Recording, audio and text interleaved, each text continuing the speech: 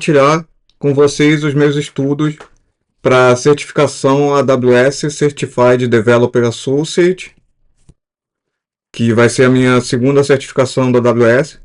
Eu já tenho uma certificação, estou estudando para tirar essa agora. E estou estudando através desse curso da Udemy. Eu vou mostrar aqui o curso para quem estiver interessado. É o curso desse professor aqui. É muito bom, eu tirei outra certificação estudando pelo outro curso dele, Stefani Marek. E agora estou fazendo esse curso.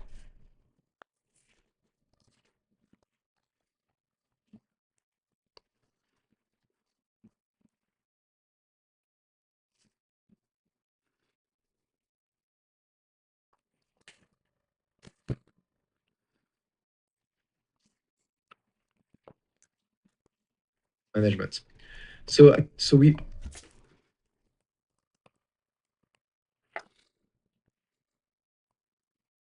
are going to make sure to set up a budget and an alarm for that budget for this course in order for us not to spend any money or too much money.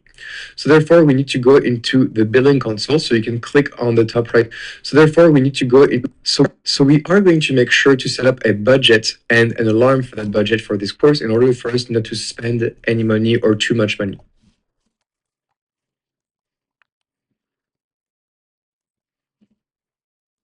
Welcome to the first deep dive on an AWS. Welcome to the first deep dive on an AWS service. The first one is called IAM. So IAM stands for the Identity and Access Management. It is a global service because in IAM, we are going to create our users and assign them to group. So we use IAM without knowing. When we created an account, we created a root account. And it's been created by default. This is the root user of our account. And the only thing you should use it for is to set up your account as we'll do it right now. But then you shouldn't use that account anymore or even share it. What you should be doing instead is create users. So you will create users in IAM, and one user represents one person within your organization. And the users can be grouped together if it makes sense. So let's take an example. We have an organization with 6 people. You have Alice, Bob, Charles, David, Edward, and Fred. So all these people are in your organization. Now, Alice, Bob, and Charles, they work together. They're all developers. So we're going to create a group called the group developers, regrouping Alice, Bob, and Charles. And it turns out that David and Edward also work together. So we're going to create an operations group. Now we have 2 groups within IAM. Now groups can only contain users, not other groups. So this is something very important.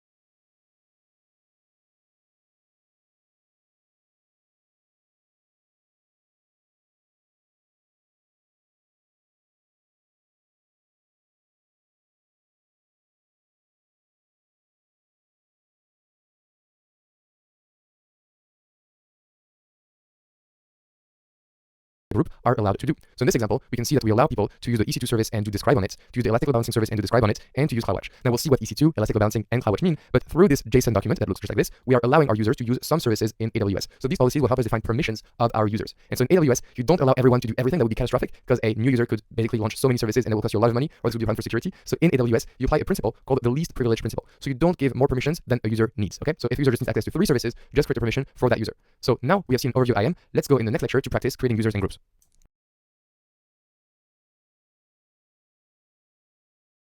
I will choose the second option because it is more simple. And from an exam perspective, this is the one you need to know about. But don't worry, this does not affect how your course is going to go. Okay, so we create an IAM user. And now we have to set the password. So if this was a user that was not me, I would leave it as auto-generated password. And I would leave this so that the user must change his password at the next sign in. But because it is me, I'm just going to enter a custom password. And I'm going to untick this because I don't need to change my password at the next login. So let's click on next. Next, we have to add permissions to this user. So we can add it directly or we can get started with groups. So let's create a group and we're going to create a group. The group name is going to be admin and the policy name is going to be administrator access. So now that this is done, we can add the user into the admin group. So let's click on next and we can review every. Welcome to the first deep dive on an AWS service. The first one is called IAM. So IAM stands for the Identity and Access Management. It is a global service because in IAM, we are going to create our users and assign them to group. So we've already used IAM without knowing. When we created an account, we created a root account and it's been created by default. This is the root user of our account. And the only things you should use it for is to set up your account as we'll do it right now. But then you shouldn't use that account anymore or even share it. What you should be doing instead is create users. So you will create users in IAM and one user represents one person within your organization. And the users can be grouped together if it makes sense. So let's take an example. We have an organization with 6 people. We have Alice, Bob, Charles, David, Edward, and Fred. So all these people are in your organization. Now, Alice, Bob, and Charles, they work together. They're all developers.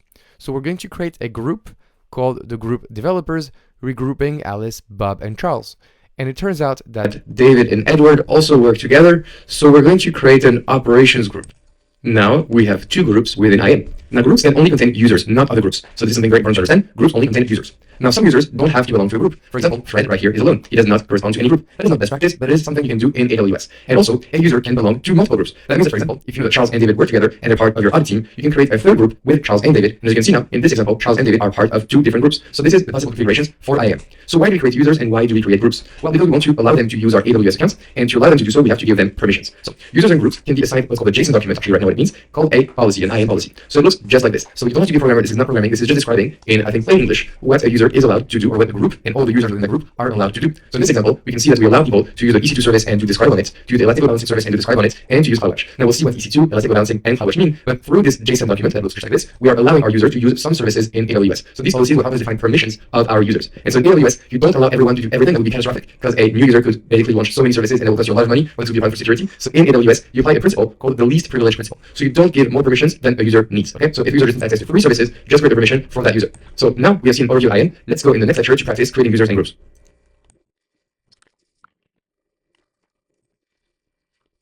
We can review everything right now. So we have the username, the permissions on the group, and we have tags. And tags are everywhere in AWS. They are optional, but they allow you to give metadata to many of your resources. For example, I could say that the department of Stefan is engineering. This is not something I'm going to do ever on the course, but I want to show you once how you can add tags to resources in AWS. Okay, so now the user is created successfully. So now we can email signing instructions or download CSV files, and then we can log in with this user. But first, let's return to the user list and have a look at everything. So here is my user list. Here is me. And we also have groups. So if I go to the left-hand side, user groups, we have admins. So let's observe admins. So admins has one user in it named Stefan. And if you look at permissions of admins, you see that there is administrator access attached to the admin group. Now, if I go to my user Stefan in here, we can look at permission policies and see it also has administrator access. But this one has not been attached directly. It has been attached via the group admin. So that means that Stefan inherited any permissions of the group admin it is in. And this is why we put users in groups. It is a bit more simple to manage permissions this way. So now let's go back to our dashboard, and we want to sign in with our user Stefan. So first, what we can do is look at our AWS accounts, and it has an account ID and a signing URL. Now you can customize this signing URL very easily by creating what's called an account alias. So it could be AWS Stefan v3, and then create alias. So whatever alias until someone hasn't created it, so it has to be unique. For example, v5 is available. So now using this alias, I can simplify my signing URL. Now, to sign in using my Stefan accounts, we could use the same browser, or we could create a new browser window in private mode. And the benefit of doing this is that we can have 2 windows side by side using AWS.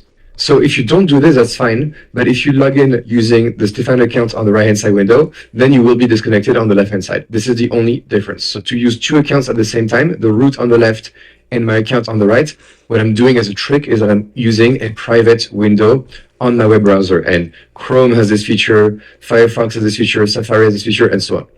So by pasting the signing URL, as you can see, I get the sign in as an IAM user. And to get to this page, we can go back to 1. And as you can see, when you do a sign in on AWS, you have the root user sign in or the IAM user sign in. So to get back to this, we go to IAM user. We enter either the account ID or the account alias that I can copy in here. And then we are taken to this page. So the IAM username is going to be Stefan, and the password is going to be whatever you have set from before. Then you sign in. So now the cool thing is that if I look at the top right-hand side, I am logged in using my IAM user. So it says the account ID and the IAM user.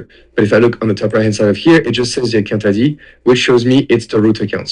So here we are, we have the root account logged in on the left-hand side through a normal window, and we have the IAM user logged in on the right-hand side through a private window. Please make sure not to lose your root account logins and your admin login, otherwise you will be in deep trouble with your account and you'll have to contact AWS for support. Unfortunately, I cannot help you with this.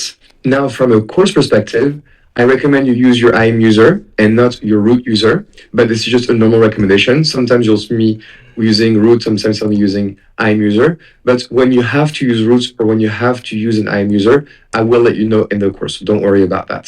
Now for the rest of the section, please keep these two windows open, and I will see you in the next lecture.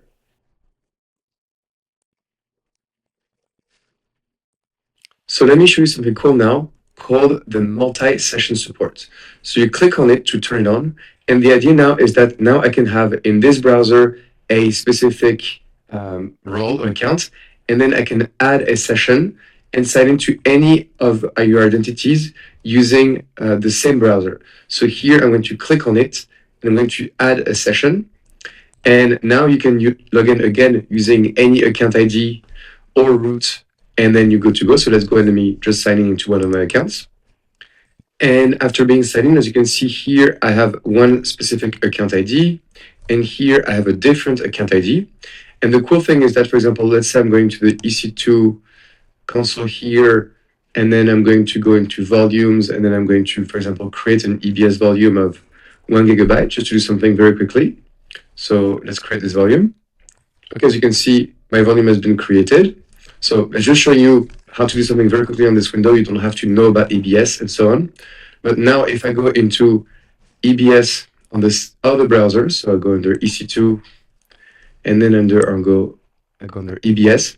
As you can see here, I don't see any volumes because I'm using a different account window, and this other one is using the other account window.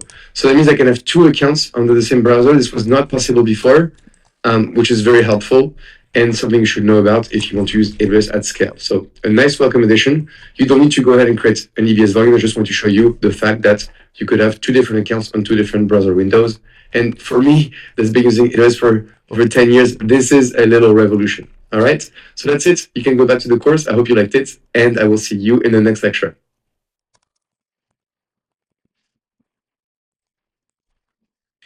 Okay, so now let's discuss IAM policies in depth. So let's imagine we have a group of developers, Alice, Bob, and Charles, and we attach a policy at the group level.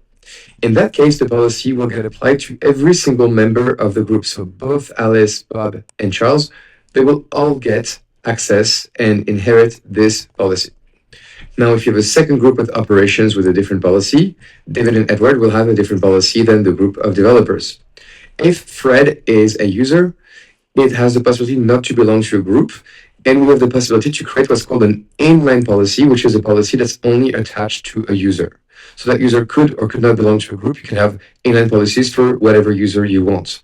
And finally, if Charles and David both belong to the audit team, and you attach a policy to the audit team as well, Charles and David will also inherit that policy from the audit team. So in this case, Charles has a policy from developers and a policy from audit team, and David has a policy from audit team and a policy from the operations team. That should make a lot of sense when we get into the hands-on. Now, in terms of the policy structure, you just need to know at a high level how it works, as well as how it is named. So this is something you will see quite a lot in AWS, so get familiar with this structure. This is a JSON document. And so an IAM policy structure consists of a version number. So usually it's 2012, 10, 17. This is the policy language version. An ID, which is how to identify that policy. This is optional. And then more statements. And statements can be one or multiple ones. And a statement has some very important parts. So the SID is the statement ID, which is an identifier for the statement, which is optional as well. So on the right-hand side is the number 1. The effect of the policy itself. So it is whether or not the statement allows or denies access to certain APIs. So in the right-hand side, this is allow, but you can see deny as well. The principle consists of which account, user, or role to which this policy will be applied to. So in this example, it's applied to the root account of your AWS accounts. Action is the list of API calls that will be either denied or allowed based on the effect. And the resource is a list of resources to which the actions will be applied to. So in this example, it is a bucket, but it could be many different things. And finally, not represented here, but there's a condition to which when this statement should be applied or not. And this is not represented here because it is optional. So going to the exam, you need to make sure that you really understand the effect, the principle, the action and resource, but don't worry, you will see those along the way in the course, so you should be confident with them by the end of the course. That's it for this lecture. I hope you liked it, and I will see you in the next lecture.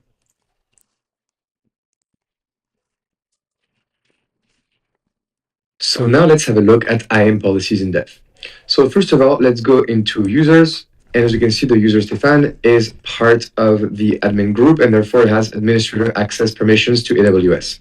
That means that if I use my user Stefan to go into the IAM console, so now I'm using my user, and then I go to the left-hand side and click on users. As you can see, I can see my user Stefan, which is right here. So my user Stefan is permission to do anything because right now it's an administrator. But what I'm going to do is that I'm going to the groups of admins, and then I'm going to remove my user Stefan from that group. So by removing the user, which I've done right now, then Stefan loses its permissions on the right-hand side. How do we make sure of this? Well, let's refresh this page. And as you can see, now I see 0 users and I get an access denied, and it said that I don't have the permission to do IAM list users. And so therefore, because I removed my Stefan user from the admin group, then I've lost permissions to look at users on the right-hand side. So let's try to fix this. So let's go into IAM, and we're going to go under users, find Stefan here. And right now, as you can see, Stefan has 0 permission policies, but let's add permissions. So we can add permissions directly or create an inline policy. So let's add permissions, and this is going to be easier. And so again, we could add the user back to a group. That's not what we want. Or we could attach policies directly to my user. And so the policy I'm going to attach is going to be IAM read-only access. So this will allow my user Stefan to read anything on IAM, which is what we want. So let's add this permission. And now this policy has been added. So back in here, let's refresh this page. And as you can see now, I can finally do my API call again and look at the Stefan user in my users category. So I can view users, I can view user groups such as admin, but can I create a group? Let's try to create the developer group and create this group. And as you can see, I cannot create it because I'm not allowed to actually create a group. I'm only given the read-only access on IAM. And so therefore, because I have read-only access, I cannot create groups. So this shows you that you can only permission users for what they're supposed to do. And of course, if I wanted to give access to create groups on the right-hand side, I would need to attach a bigger permission set, such as the IAM full access. So next, let's do something. So next, I'm going to go into the left-hand side under user groups, and I'm going to create a group. So this group is going to be called developers. And then I'm going to add the user Stefan in this group, and I'm going to attach whatever policy I can find, for example, Alexa for business, but it doesn't really matter, just attach the first policy you can. And let's create this group. Okay, so this has been added. And finally, let's go into the admin group. And again, we're going to add users and re-add Stefan into this group. So now if we go back to the Stefan user, so let's go into IAM and look at the users and look at Stefan. I'm going to shut down this machine on the right-hand side. So if we look at Stefan as a user, as we can see, we have 3 permission policies attached to my user. We have the administrator access that has been inherited from the group admin. We have this Alexa for business managed policy that has been attached via the group developers. And finally, IAM read-only access that has been attached directly. And so as you can see, I inherited different permissions based on how it's been attached. So now let's look at policies in detail. So on the left-hand side, let's look at policies. And first, let's have a look at this administrator access policy. So if we look at it, it's the permission that gave us administrator access to everything. And if you look at the permissions defined in this policy, as a summary, as you can see, this allows all the services in AWS, and this number can change over time. It doesn't matter. The course will be up to date. So all these services, for example, AppMesh or Alexa for Business or Amplify, they all have full access. So how is this permission defined? Well, if you click on JSON, this is the JSON form of this policy. And we can see that here we have allow, action star, and resource star. So star in AWS means anything. So that means we allow any action on any resource. And of course, allowing any action on any resource is exactly the same thing as giving administrator access to someone. So this is how it's been defined. If we have a look at another policy, for example, the IAM read-only access that we saw from before. So if we look at it, we see that IAM is authorized with full list and limited read. And if I click on it, you can actually have a look at all the API calls that has been allowed as part of this policy, which is very handy. But if we look at how this has been actually defined, let's click on JSON. And here we have the JSON document that shows how this has been defined. So the effect is allow. And then we list out the API calls that are being allowed. So we have this one, and then we have get star.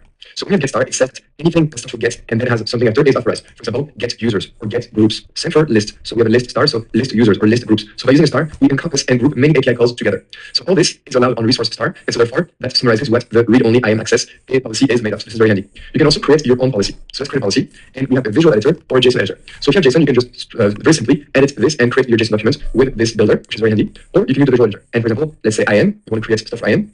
And what actually we want to authorize? Well, we want to authorize list users. So we're going to take this and get user. So just two API calls.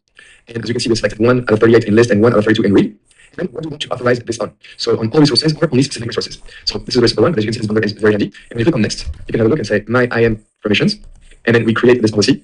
And if you have a look at the policy we created, you can have a look at the corresponding JSON and see that indeed through the visual editor, we allowed IAM list users and IAM get user on resource star. And then this policy we can attach groups to users and so on. So this is how you manage permissions in AWS. So now to just put this hands on, let's go to user groups and we're going to delete the developers group because we don't need it. And then I'm going to go into my Stefan user and I'm going to just remove this IAM read-only access that I had attached directly. So now Stefan only belongs to the group admin and it has administrator access. So of course, if I go back to my IAM console here and I just look at users, as you can see, yes, everything is showing fine. So it is working correctly. Okay, so that's it for this section. I hope you liked it and I will see you in the next lecture.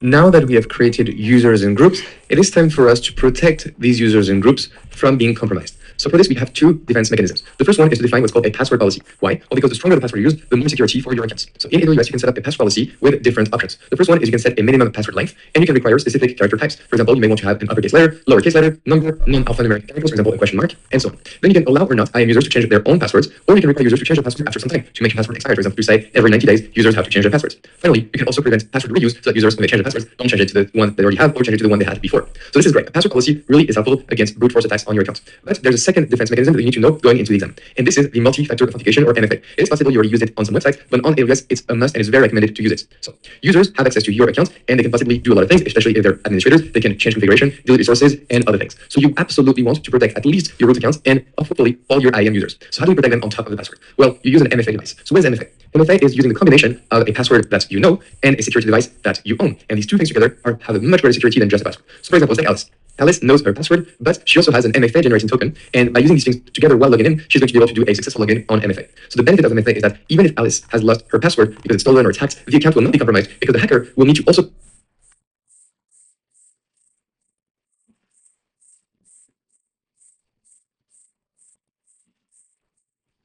too much money. So therefore, we need to go into the billing console. So you can click on the top right of your screen. And so we are going to make sure to set up a budget and an alarm for that budget for this course in order for us not to spend any money or too much money. So therefore, we need to go into the billing console. So you can click on the top right of your screen and then click on billing and cost management. So as you can see here, I get a lot of access denied. This is because I'm logged in as an IAM user, Stefan, from my account, and I had administrator access, but even though I have administrator access, I cannot access my billing data. So to fix this, you can go into your root account. So here I'm in the root account, as you can see, it just says the name of my account. It doesn't say IAM user. And then you click on it and you go to accounts. So from accounts, you're going to scroll down. And then scrolling down, you will find the IAM user and role access to billing information. As you can see right now, it is deactivated. So we need to just activate IAM access, and this will allow IAM users to access the billing information if they are administrators. So back into my billing console now, and I refresh this page. And I refresh again, and it can take a bit of time. As you can see now, I see my data. So except this from the forecast because there's a data unavailable exception, so insufficient amount of historical data. Except for this, you can see all my cost information in here. So now we show you what a billing page looks like for an account that I'm actually using, and that's the cost. So you can see we get some information around the month-to-date cost, we get the total forecast amount for the current month, and so on, and last month total cost. So from this, we can get a few information, such as the cost breakdown by month. So this is when we start seeing some cost, and then we can have a look at bills. So if you look at bills, say you have any cost for this tutorial, for this course, that's going to December 2023. So you will find at the bottom of it, charges by service. And so you'll see the number of active services right now, 28. And for example, if I look at the Elastic Compute Cloud, so EC2, I see I have $43 of cost in EU Ireland. And it turns out that here's the breakdown of my cost. So there is some Amazon Elastic Compute Cloud Gateway, which is costing me $35, and there's some EBS cost, there's some Elastic IP cost, and so on. And so you can get a lot of information out of just this bill. So if you get to see any kind of cost for your account, remember to go into bills, go to the month you're interested into, and then scroll down to get charged by service, where you're going to get a lot of information on how every service is being used and how you are billed for service, which will allow you to break down your bill very easily. Next, you can go into free tier on the left-hand side. So here, that's our free tier, and you're going to be able to see the current usage and the forecasted usage as well as against what the free tier is. And then you will see whether or not you're going to pass the free tier usage. So if you do pass it, as the forecast goes into the red, then you are going to be billed. So make sure you turn off anything that is turned on and potentially costing you money. So this is a very, very helpful dashboard. Okay, so now let's go ahead and set up a budget. So on the left-hand side, you click on budget, and here you can create a budget that will alert you whenever you reach your thresholds. So let's create a budget, and we're going to use a template simplified, and the first one is going to be a zero spend budget. So as soon as we reach 1 cent, we're going to get an alert. So this is very helpful. So the budget name is my zero spend budget. Here you add your email. So I put here Stefan@example.com, and then create the budget. So whenever I will spend 1 cent, I will have this budget send me an email. You can also use another template for a monthly cost budget. And here we say, okay, we want to have a monthly cost budget of, for example, $10, and saying, hey, I want to spend no more than $10 per month on this course. And then the email recipient is going to be again Stefan@example.com. And by the way, if you follow this course closely, you should not spend any dollars. I say you when things can cost you money, but if you're careful, you should not spend any money. Regardless, it's still good to set up a budget just to make sure in case you do mistakes that you don't have a big bill coming to your way. So now for this $10 budget, I'm actually going to reach an email when my actual spend reaches 85%, and when my actual spend is going to reach 100%, and if my forecasted spend is expected to also reach 100%. So very helpful. I got 3 emails that I received from this, and I'm going to create this budget. So you can see, well, my zero spend budget has already been exceeded because, well, I spent some money this month, so I'm getting an email right away at this address. So with these budgets and access to the free tier on the left-hand side to explore, as well as accessing your bills breakdown on the left-hand side, you should be able to debug any kind of costing issue and billing issue you have on this course. And this is a skill that is going to be necessary for you when using AWS. All right, so that's it for this lecture. I hope you liked it, and I will see you in the next lecture.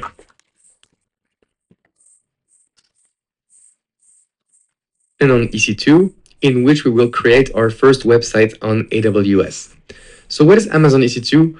Well, EC2 is one of the most popular of AWS offering. It is definitely used everywhere. And what is it? Well, it stands for Elastic Compute Cloud. And this is the way to do infrastructure as a service on AWS. So EC2 is not just one service, it's composed of many things at a high level. So you can rent virtual machines on EC2, they're called EC2 instances. You can store data on virtual drives or EBS volumes. You can distribute load across machines, Elastic Load Balancer. You can scale services using an auto-scaling group or ASG. And all these things, do not worry, we will see in depth during this course. Knowing how to use EC2 in AWS is fundamental to understand how the cloud works, because as I said from before, the cloud is to be able to rent the compute whenever you need on demand, and EC2 is just that. So EC2, what can we choose for our instances, so our virtual servers that we rent from AWS? So what operating system can we choose for our EC2 instances? Three options: Linux, and it's going to be the most popular, Windows, or even Mac OS. How much compute power and cores you want on this virtual machine? So how much CPU? Then you need to choose how much random access memory or RAM you want, and how much storage space. So for example, do you want storage that's going to be attached through the network? And we'll see about it with EBS or EFS. Or do you want it to be hardware attached? In this case, it will be an EC2 instance store, and with a whole section on storage, don't worry about it. And then finally, the type of network you want attached to your EC2 instance. So do you want a network card that's going to be fast? What kind of public IP do you want? And finally, we need to handle the firewall rules of our EC2 instance, and that is the security group. And I lied, finally, there's the bootstrap script to configure the instance at first launch, which is called the EC2 user data. So we have lots and lots of options, and as you'll see in the hands-on, even more options at other certification levels that you need to know in EC2 instances. But at the core of it, what you need to remember is that you can choose pretty much how you want your virtual machine to be, and you can rent it from AWS, and that is the power of the cloud. You can do this by just in the blink of an eye, really. So it is possible to bootstrap our instances using the EC2 user data script. So what does bootstrapping mean? Well, bootstrapping means launching commands when the machine starts. So that script is only run once, and when it first starts, and then will never be run again. So the EC2 user data has a very specific purpose. It is to automate boot tasks, hence the name bootstrapping. So what tasks do you want to automate usually when you boot your instance? Well, you want to install updates, install software, download common files from the internet, or anything you can think of, really. Anything you can think of. So it could be whatever you want. But just know that the more you add into your user data script, the more your instance has to do at boot time. Simple, right? By the way, the EC2 user data script runs with the root user. So any command you have will have the sudo rights. Okay, so this was a short introduction to EC2. Don't worry, it's going to get very, very practical very soon. I will see you in the next lecture.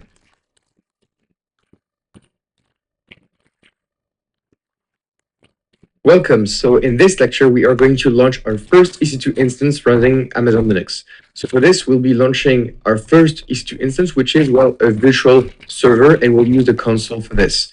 We'll get a high-level approach to all the various parameters you have when launching an EC2 instance, and you'll see there are many, but we'll learn the most important ones. And then we will launch a web server directly on the EC2 instance using a piece of code we will pass to the EC2 instance that is called the user data. Finally, we'll learn how to start, stop, and terminate our instance. So let's get started and launch our first EC2 instance. For this, I'm going to go into the EC2 console, then I will click on Instances, and then click on Launch Instances. So in there, I'm able to launch my first EC2 instance. And to do so, I need to add a name and tags. So the name is going to be my first instance, and that is the name tag. And if you wanted to add additional tags to tag your instance differently, then you could click there. But you don't need to click on this. Using just name as my first instance is good enough. Next, you need to choose a base image for your EC2 instance. This is the operating system of your instance. As you can see, there's a full catalog that you can search from, but we're going to use the ones from the quick start that are very, very helpful. And the one we'll be using is the Amazon Linux, which is provided by AWS. So in it, I will choose the Amazon Linux 2 AMI. And as you can see, that one is free tier eligible, so we'll just leave it as is. So this gives me an Amazon Linux 2. And the architecture I will choose is 64-bit x86. So everything left pretty much as the defaults. And we'll see in this section and moreover, and the other ones, you can create your own AMIs and you can find them in here. Okay, but currently we're just going to use the ones provided by AWS as quick start. Next, we need to choose an instance type. And so instance types are going to differ based on the number of CPUs they have, the amount of memory they have, and how much they cost. As you can see right now, I have a T2 macro selected. This one is free tier eligible, so it will be free to launch one of them during an entire month if we leave it running. So this is what we'll be using. But in here, you could scroll down and look at other types of instances. For example, T1 Micro is also free tier eligible, but that's older generation. And as you can see, you have a bunch of instances right here available to you. Some of them are going to be free tier eligible, some of them will not. And by default, the one that's going to be free tier eligible is a T2 Micro, so we'll be using that one a lot. If you wanted to compare the instance types, you would just click on that link and it shows you all the type of instances in here, as well as how much memory they have and so on. So right now we'll be using a T2 Micro. Okay. Next, a key pair to log into your instance. So this is necessary if we use the SSH utility to access our instance, and we will be using the SSH utility in this course. Therefore, it is required for us to create a key pair. So as you can see right now, there is no key pair, and we cannot we could proceed without a key pair, but for now we won't do this. So let's go ahead and create a new key pair, and the name is going to be EC2 tutorial. Then you need to choose a key pair type. So we'll be using the RSA encrypted. Okay, this is good. And then the key pair format. So if you have Mac or Linux or Windows 10, then you can use the .pem format. If you have Windows less than version 10, for example, Windows 7 or Windows 8, then you can do a little shortcut and directly use a PPK, which is going to be used for PuTTY, and PuTTY is how you do SSH on Windows 7 and Windows 8. So remember, anything else but Windows 7 and Windows 8, choose .pem, else use PPK. Okay, that should be clear enough. I'm going to create this key pair, and it is downloaded for me directly. So now it is selected automatically here. Next, we have to go into network settings. So for now, I will not touch anything. My instance is going to get a public IP. And then we need to connect to our instance. And so for this, there's going to be a security group attached to our instance, which is going to control the traffic from and to our instance. And therefore, we can add rules. And the first security group created will be called launch wizard 1, so created by the console directly. And we can define multiple rules. So the first rule we want to have is to allow SSH traffic from anywhere. So we leave it as is, and this will create a rule in our security group to allow SSH traffic. But we also want to allow HTTP traffic from the internet. So we'll take that box. And this is because we're going to launch a web server on our EC2 instance, so we need it as well. As we're not going to use HTTPS for now, we don't need to tick the second box. Let's configure the storage. So then we can configure the storage. And as we can see, we have an 8 gigabit GP2 root volume that will leave it as is, okay? Because in the free tier, you can get up to 30 gigabytes of EBS general purpose SSD storage. So this is good. And we only have one volume necessary. If you go into advanced, you could configure them and see a little bit more information, okay? And the one important thing to note in here is the delete on termination. By default, it is enabled to yes. I just did advanced to show you that one detail, okay? That means that once we terminate our EC2 instance, then that volume is also going to be deleted. Okay, so leave everything as is, and we'll get back into the simple mode. Okay, next for advanced details, this is where it gets interesting. So I will skip Spot, I will skip IAM instance profile. Don't worry, I will go over them once we need to explore them. I will skip all of that. So let's scroll down, let's scroll down, let's scroll down, all the way to the bottom. And at the bottom, there is user data. User data is when we pass a script, so some commands to our EC2 instance to execute on the first launch of our EC2 instance, and only the first launch.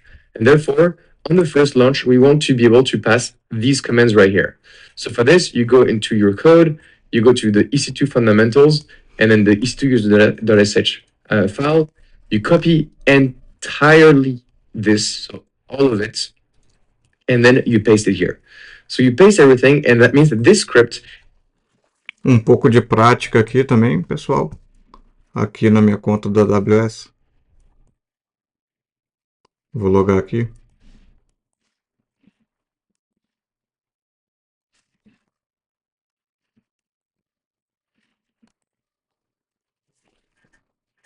is going to be executed when the instance is first started, and only once, okay, in the whole lifecycle of the instance.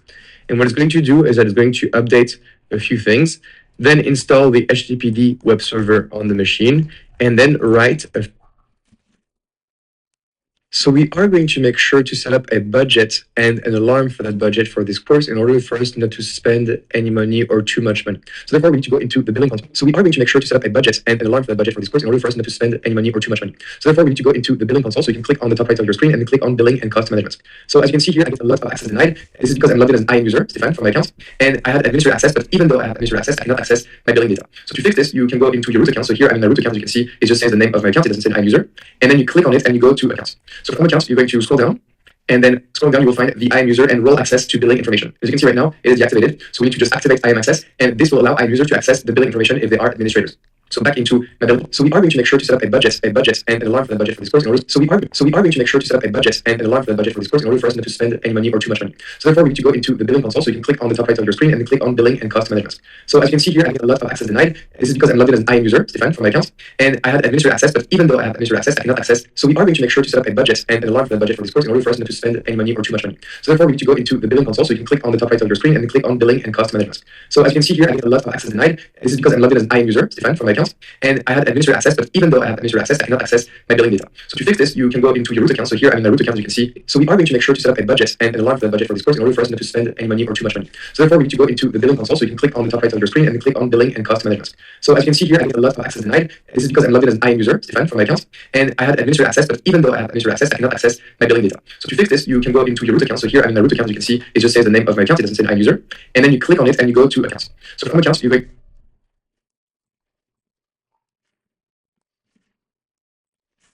to scroll down, and then scrolling down, you will find the IAM user and role access to billing information. As you can see right now, it is deactivated.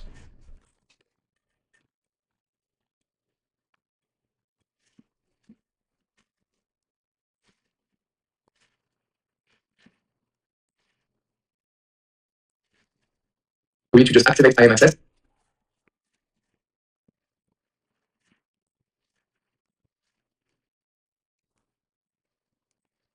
And this will allow IAM user to access the billing information if they are administrators.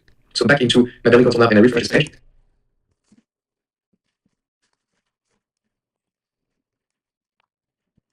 to access the billing information if they are administrators. So back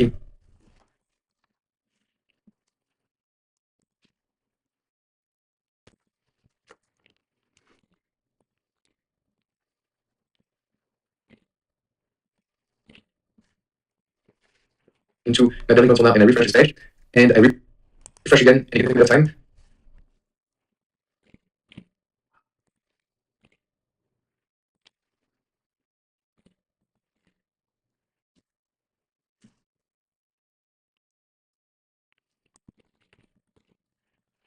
As you can see now, I see my data. So except this for the forecast because there's data available exception, so it's sufficient amount of historical data. Except for this, you can see all my cost information in here. So now let me show you what a billing page looks like for the account that I'm actually using, and that's some cost. So you can see we get some information around the month to date cost, we get the total forecast amount for the current month, and so on, and last month's total cost. So from this, we can get a few information, such as the cost breakdown by month, so this is when we start seeing some cost, and then we can have a look at bills. So if you look at bills, say you have any cost for this tutorial, for this course, that's going to December 2023, so you will find at the bottom of it, charges by service. And so you'll see the number of active services right now, 28, and for example, if I look at the Elastic Compute Cloud, so EC2, I see you have 43 course closely, you should not spend it.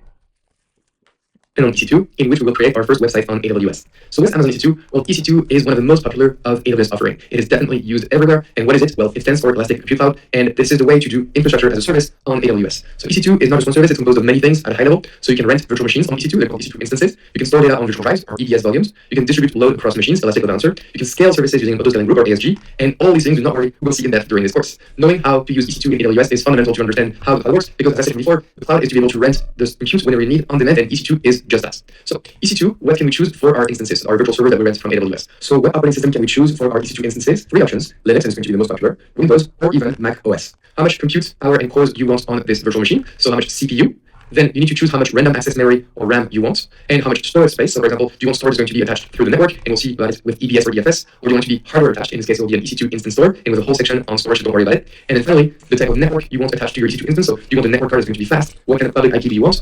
And finally, we need to handle the firewall rules of our EC2 instance, and that is the security group. And I like, finally, there's the bootstrap script to configure the instance at first launch, which is called EC2 user data. So we have lots and lots of options that you'll see in the hands-on, even more options at other certification levels that you need to know in EC2 instances. But at the core of it, what you need to remember is that you can choose pretty much how you want your virtual machine to be, and you can rent it from AWS, and that is the power of the cloud. You can do this by just in the blink of an eye, really. So it is possible to bootstrap our instances using the EC2 user data script. So what does bootstrapping mean? Well, bootstrapping means launching commands when the machine starts. So that script is only run once, and when it first starts, and then we'll create our first web on EC2, in which we will create our first website on AWS. So what is Amazon EC2? Well, EC2 is one of the most popular of AWS offering. It is definitely used everywhere. And what is it? Well, it stands for Elastic Compute Cloud, and this is the way to do infrastructure as a service on AWS. So EC2 is not just one service, it's composed of many things at a high level. So you can rent virtual machines on EC2, they're called EC2 instances. You can store data on virtual drives or EBS volumes. You can distribute load across machines, Elastic Load Balancer. You can scale services using auto-scaling group or ASG. And all these things, do not worry, we'll see in depth during this course. Knowing how to use EC2 in AWS is fundamental to understand how the cloud works, because as I said before, the cloud is to be able to rent the compute whenever you need on demand, and EC2 is just that. So EC2, what can we choose for our instances, our virtual server that we rent from AWS? So what operating system can we choose for our EC2 instances? 3 options: Linux, and it's going to be the most popular, Windows, or even Mac OS. How much compute power and cores you want on this virtual machine? So how much CPU? Then you need to choose how much random access memory or RAM you want, and how much storage space. So for example, do you want storage going to be attached through the network, and we'll see about it with EBS or EFS, or do you want to be hardware attached? In this case, it will be an EC2 instance store, and with a whole section on storage, don't worry about it. And then finally, the type of network you want attached to your EC2 instance. So do you want the network card is going to be fast? What kind of public IP do you want? And finally, we need to handle the firewall rules of our EC2 instance, and that is the security group. And finally, there's the bootstrap script to configure the instance at first launch. It's called the EC2 user data. So we have lots and lots of options that you'll see in the hands-on, even more options at other certification levels that you need to know in EC2 instances. But at the core of it, what you need to remember is that you can choose pretty much how you want your virtual machine to be, and you can rent it from AWS, and that is the power of the cloud. You can do this by just in the blink of an eye, really. So it is possible to bootstrap our instances using the EC2 user data script. So what does bootstrapping mean? Well, bootstrapping means launching commands when the machine starts. So that script is only run once, and when it first starts, and then will never be run again. So the EC2 user data has a very specific purpose. It is to automate boot tasks, hence the name bootstrapping. So what tasks do you want to automate usually when you boot, for instance? Well, you want to install updates, install software, download common files from the internet, or anything you can think of. Anything you can think of. So it could be whatever you want. But just know that the more you add into your user data script, the more your instance has to do at boot time. Simple, right? By the way, the EC2 user data script runs with a root user. So any command you have will have the sudo rights. Okay. So this was a short introduction to EC2. Don't worry, it's going to get very, very practical very soon. I will see you in the next lecture.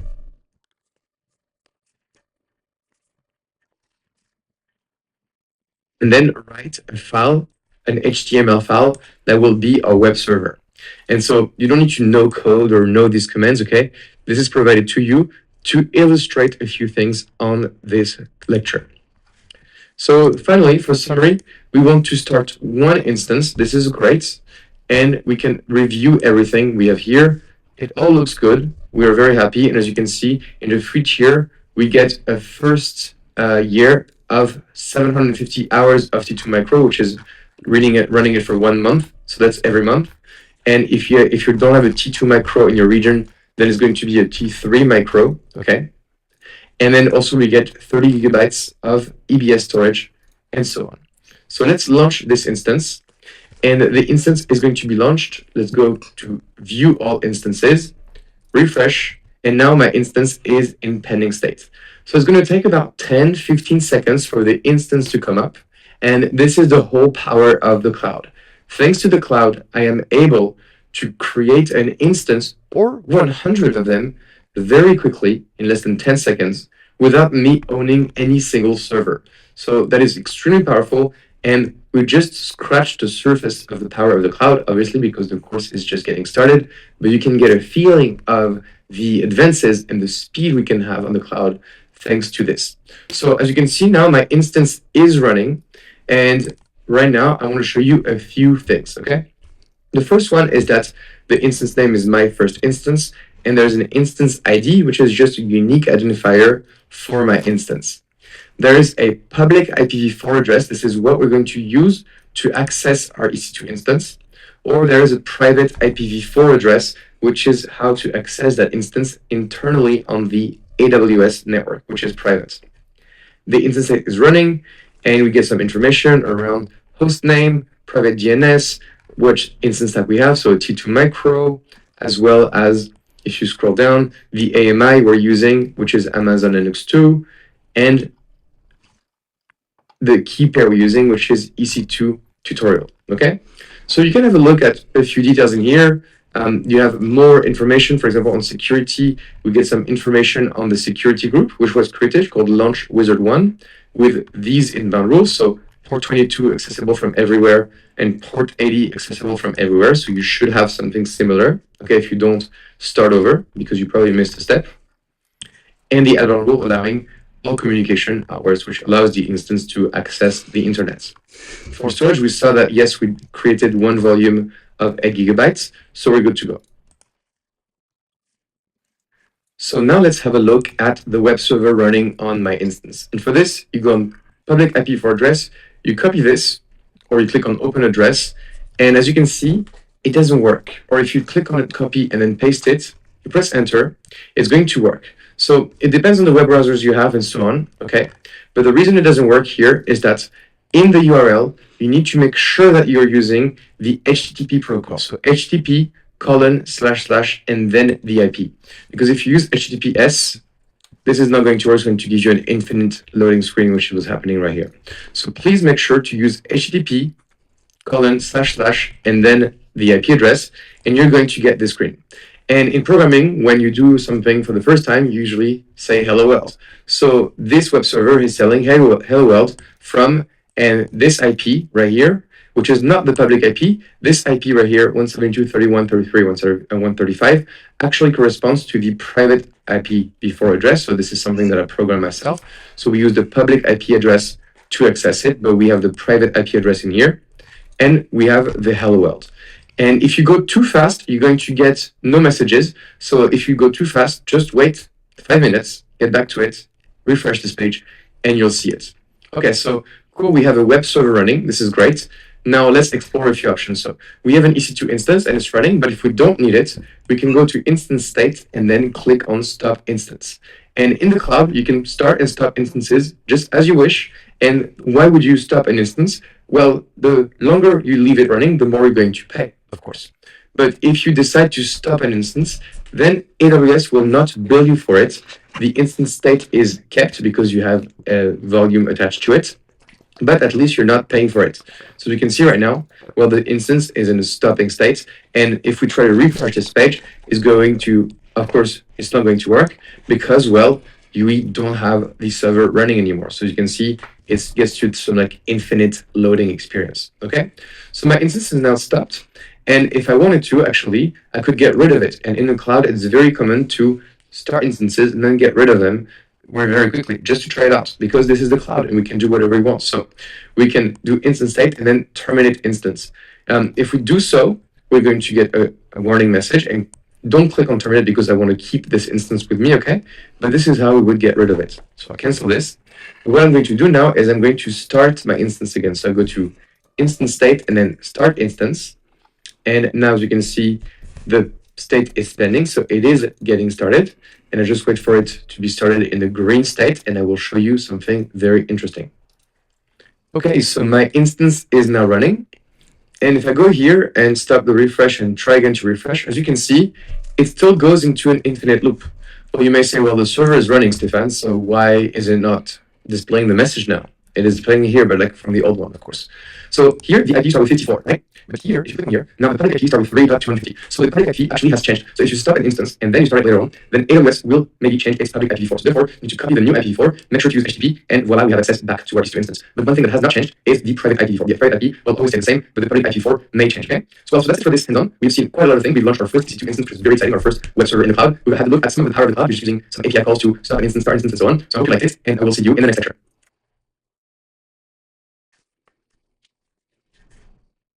Okay, so now let's talk about EC2 instance types. So there are different types of EC2 instances that you can use for different use cases, and they have different types of optimization. And let's go check out this link, and we'll see we have, for now, 7 different types of EC2 instances. So this website on the AWS website is what we're interested into. And as you can see, we have different types of instances, which are general purpose, could be optimized, memory optimized, and so on. And so for each type of instance, we have different families. And so as you can see, this website is going to be the reference for us to look at EC2 instance types and know their cost and their specificity. What I'm going to do, though, is just walk you through a high-level overview of how they work in AWS. AWS will have the following naming convention. For example, we'll be talking about an M5.2x large type of instance. What does that mean? Well, M is going to be called the instance class, okay? And this is going to be, for example, in this case, a general purpose type of instance. 5 is the generation of the instance. So as AWS improves hardware over time, it will release a new generation of hardware. And so after M5, if they improve the M type of instance class, then we'll go to M6. And then finally, the 2x large represents the size within the instance class. So it starts as small, and then large, and then 2x large, 4x large, and so on. So it represents the size of the instance. And the more the size, the more the memory, the more the CPU you're going to have on your instance. So from an exam perspective, what do you need to know? Well, we'll talk about a few different types of instances. So you have general purpose, and these are great for diversity of workloads, such as web servers or code repositories. They will have a good balance between compute, memory, networking. And so in this course, we'll be using general purpose instances. We'll be using the T2 Micro, which is the free tier general purpose type of instance. On the website that I just showed you, you will see all the different types of instances that are general purpose. And this is going to evolve over time, so I won't update the slide, but you can always refer back to the AWS website to check what the instances are in the general purpose type of family. Then we have compute optimized. And these are instances that are great and optimized for compute intensive tasks. So what requires a high level of processor? Well, for example, it would be if you're batch processing some data, if you're doing media transcoding, if you need high performance servers, if you're doing high performance computing or HPC, if you're doing machine learning, or if you have a dedicated gaming server. So all these things are tasks that require a very good CPU, a very good compute side. And so EC2 instances do have this kind of particularity. And for now, all the compute optimized instances in EC2 are of the C name, so C5, C6, and so on. Next, we have some EC2 instances that are memory optimized, and they're going to have a really fast performance for workloads that will process large data sets in memory. So memory means RAM, and so the use cases are this is going to be high performance for relational or non-relational databases that are mostly going to be in-memory databases. Distributed web scale cache stores, so for Elastic Cache, for example, in-memory databases are optimized for business intelligence or BI, and applications performing real-time processing of big unstructured data. So in terms of the names for memory optimized instances, there's going to be the R series because R stands for RAM, but there's also going to be X1, high memory, and Z1. Again, don't remember the name of the instances, but good to know at a high level. Okay. And finally, we'll have storage optimized instances. They're great when you are accessing a lot of data sets on the local storage. And so the use cases for storage optimized instances are going to be high frequency online transaction processing, so OLTP systems, relational and NoSQL databases, and we'll see those in detail when we get to the database sections, cache for in-memory databases, for example Redis, data warehousing application, distributed file systems, and the storage optimized instances in AWS will start with I, D, or H1. Okay, but you don't have to remember this, I'm just giving you examples. So what does it mean? Let's compare a few instance types. So for example, for T2 Micro, we have one vCPU and one gigabyte of memory. And if you look, for example, at R5 16 X large, we have 16 vCPU and 512 gigabytes of memory. So we can see there's a lot more emphasis on the memory. If we compare it, for example, to a C5D 4X large, we can see we have 16 vCPU and 32 gigabytes of memory. So less memory, more CPU, and so on, different network performance, different TPS bandwidth, and so on. So just to give you a point of comparison. And if you want a website to compare all the EC2 instances together, there's one that I really like. It's called EC2instances.info, and I'll show it to you right now. So I'm on the EC2 instances.info website, and as you can see, we have a list of all the instances available in AWS. So really lots. We also get some information around the Linux on-demand cost, the Linux reserve cost, and so on. So some cost information. We get information around the memory, the number of CPU. We can order by name. We can search it. So it's quite handy, and I really like this website. And if you go and use AWS, you probably will use this website as well. So that's it for this lecture. I hope you liked it, and I will see you in the next lecture. Let's talk about these firewalls around our EC2 instances. So we briefly configured one in the previous lecture, but security groups, yet again, are going to be fundamental into doing network security in the AWS cloud. They will control how the traffic is allowed into and out of your EC2 instances. Security groups are going to be very easy. They only contain allow rules, so we can say what is allowed to go in and to go out. And security groups can have rules that reference either by IP addresses, so where your computer is from, or by other security groups. So as we'll see, security groups can reference each other. So here, let's take an example. We are on our computers, we are on the public internet, and we're trying to access our EC2 instance from our computer. We are going to create a security group around our EC2 instance, that is the firewall that is around it, and then this security group is going to have rules. And these rules are going to say whether or not some inbound traffic, so from the outside into the EC2 instance, is allowed, and also if the EC2 instance can perform some outbound traffic, so to talk from where it is into the internet. Now let's do a deeper dive, right? Security groups are a firewall on our EC2 instances, and they're going to regulate access reports. They're going to see the authorized IP ranges, will it be on IPv4 or IPv6, these are the two kinds of IP on the internet. This is going to control the inbound network, so from the outside to the instance, and the outbound network from the instance to the outside. And when we look at security group rules, they will look just like this. So they will be the type, the protocol, so TCP, the ports allowing it, so where the traffic can go through on the instance, and the source, which represents an IP address range. And 0.0.0.0 means everything, and this here means just one IP. Now let's look at the diagram, right? So we have our EC2 instance, and it has one security group attached to it that has inbound rules and outbound rules. So I've centered them onto this diagram. So our computer is going to be authorized on, say, port 22, so the traffic can go through from our computer to the EC2 instance. But someone else's computer that's not using my IP address because they don't live where I live, then if they try to access our EC2 instance, they will not get through it because the firewall is going to block it, and it will be a timeout. Then, for the outbound rules, by default, our EC2 instance for any security group is going to be by default allowing any traffic out of it. So our EC2 instance, if it tries to access a website and initiate a connection, it is going to be allowed by the security group. So this is the basics of how the firewall works. Now, good to know. What do you need to know with security groups? Well, they can be attached to multiple instances. Okay, there's not a one-to-one relationship between security groups and instances, and actually, an instance can have multiple security groups too. Security groups are locked down to a region/VPC combination, okay? So if you switch to another region, you have to create a security group, or if you create another VPC, and we'll see what VPCs are in a later lecture, well, you have to recreate security groups. The security groups live outside the EC2, so as I said, if the traffic is blocked, the EC2 instance won't even see it, okay? It's not like an application running on EC2, it's really a firewall outside your EC2 instance. To be honest, and that's just an advice to you from developer to developer, but it's good to maintain one separate security group just for SSH access. Usually SSH access is the most complicated thing, and you really want to make sure that one is done correctly, so I usually separate my security group for SSH access separately. If your application is not accessible, so timeout, so we saw this in the last lecture, then it is a security group issue, okay? So if you try to connect to any board, and your computer just hangs and waits, that's probably a security group issue. But if you receive a connection refuse error, okay, you actually get a response saying connection refused, then the security group actually worked, the traffic went through, and the application was errored or it wasn't launched or something like this. So this is what you would get if you get a connection refused. By default, all inbound traffic is blocked and all outbound traffic is authorized. Okay. Now there's a small advanced feature that I really like, and I think it's perfect if you start using load balancers, and we'll see this in the next lecture as well, which is how to reference security groups from other security groups. So let me explain this. So we have an EC2 instance, and it has a security group, what I call group number 1. And the inbound rules is basically saying, I'm authorizing security group number 1 inbound and security group number 2. So when are we going to do this? Well, if we launch another EC2 instance and it has security group 2 attached to it, well, by using the security group 1 rule that we just set up, we basically allow our EC2 instance to go connect strict through on the port we decided onto our first EC2 instance. Similarly, if we have another EC2 instance with a security group 1 attached, well, we've also authorized this one to communicate straight back to our instances. And so regardless of the IP of our EC2 instances, because they have the right security group attached to them, they're able to communicate straight through to other instances. And that's awesome because it doesn't make you think about IPs all the time. And if you have another EC2 instance, maybe with security group 3 attached to it, well, because group number 3 wasn't authorized in the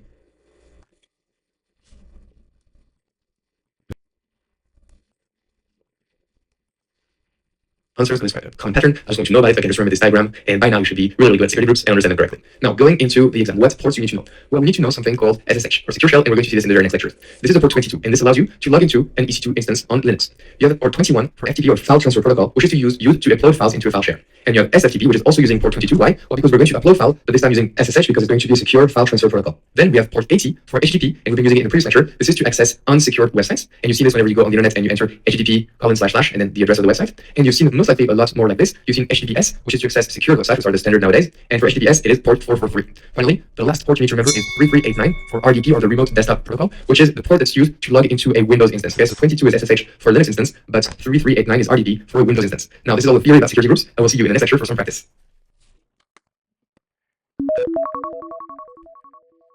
See now we Então, essa parte de AWS já terminei por hoje. O que eu planejei estudar, revisei IAM, AWS CLI e fundamentos de EC2, até porque, embora sejam coisas básicas, eu não posso esquecer de nada disso para eu conseguir tirar a certificação. Não posso errar a questão básica de EC2 e nem de IAM e AWS CLI. Então, já tem um tempo que eu tirei a outra certificação, estou revisando esse conteúdo. E eu vou dar continuidade nas próximas partes, ainda nesse vídeo, para quem está assistindo na live. Ainda nesse vídeo, eu vou revisar também o Beyond Cracking the Code Interview, que é o livro que eu estou estudando, e também o livro System Design Interview. E também vou revisar questões relacionadas ao Leet Code e a desafios de algoritmo. Então, vamos lá.